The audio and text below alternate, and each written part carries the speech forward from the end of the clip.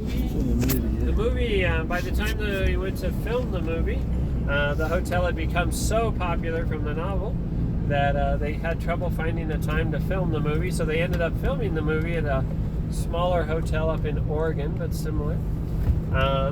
However, they, I think it was HBO approached Stephen King in the 1990s and said they'd like to do a mini-series on The Shining. Stephen agreed to that as long as they actually filmed it at the Stanley, which they agreed to do, and so they ended up filming at least that part of the story up here. And then I think Dumb and Dumber, if you're familiar with that movie, actually happened to film a few scenes. So the hotel's been Look at that view. Yeah. Oh, look at that view. Anyway, we'll be going by the hotel, and you can grab a quick picture. Okay, that's nice. You want to? Yeah. Do? So we can take a picture of the hotel. If you actually see any wildlife, there's lots of times, let's see, he's turning it. All right. So what month is the hunting season here? So you can, in the city or the town of Estes Park, there is no hunting. But if you go out into the areas, not into Rocky Mountain National Park, you can't hunt in the park. But in the other public areas in the state, hunting is typically, rifle hunting is typically from like the second week of October through about the second week of November. So no hunting this time of year. They have archery seasons before that in August and September, muzzle loading as well. And then they do have some late season hunts, but usually those are the main times when people come hunting. So the elk like to hang out in the town of Estes Park and up into Rocky Mountain National Park because they, believe it or not, learn rather quickly. Oh, what's that? The water? Oh, that's the spring? What is that? Where did you see it? I don't know what. What spring? Yeah, no. Water? Or what is that? Let's see. So my wife and I have actually stayed at the Stanley. Beautiful old historic hotel, amazing craftsmanship.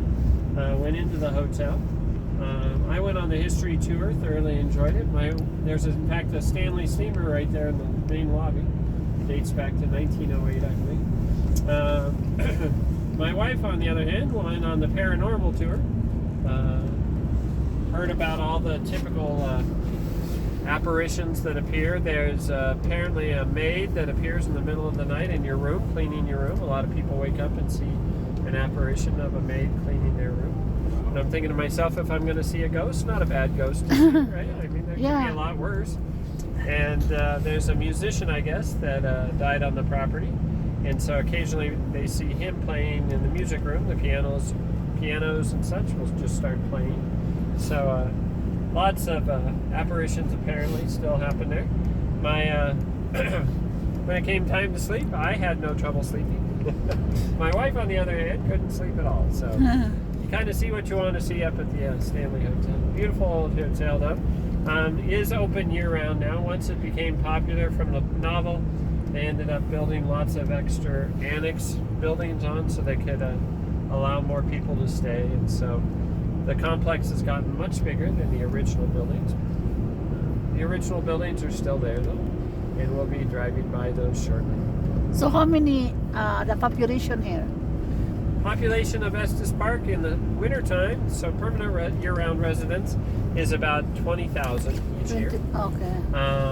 In the summer, though, that bubbles up to about 70,000 people. So it gets very popular in the summertime. A lot of people, like I said, like to beat the heat in Denver and come up here, and it's usually about 20 degrees cooler up here than it is down in town. So, and with all the beautiful views and all the available activities, a lot of people come up and enjoy the stay. They'll typically come up here, stay for a week, and then 3 or 4 days up in the park, and then about the other 3 days down in town. Lots of great little shops, restaurants, taverns, a lot of snack places, a lot of souvenir shops. We'll let you walk around town later today and check all that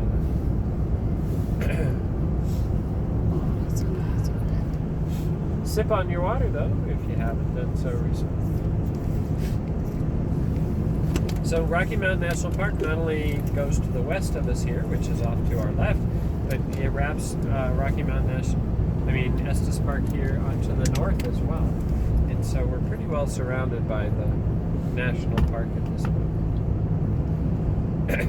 That ridge in front of us is known as Lumpy Ridge, all part of Rocky Mountain National Park. Also, they have also golf course.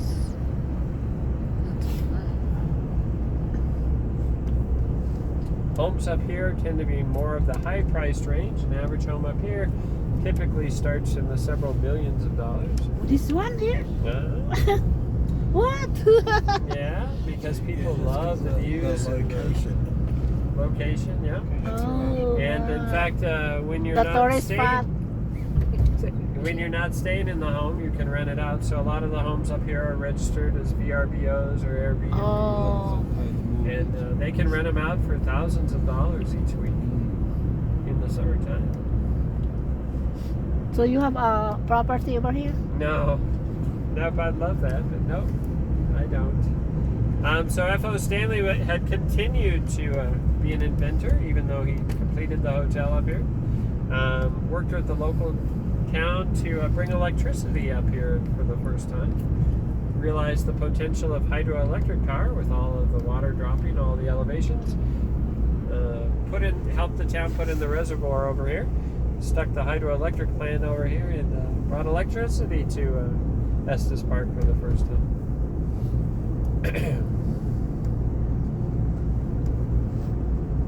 Great little community. A lot of people enjoy their time up here at Estes Park. Come down the hill here and I'll swing you by the Stanley.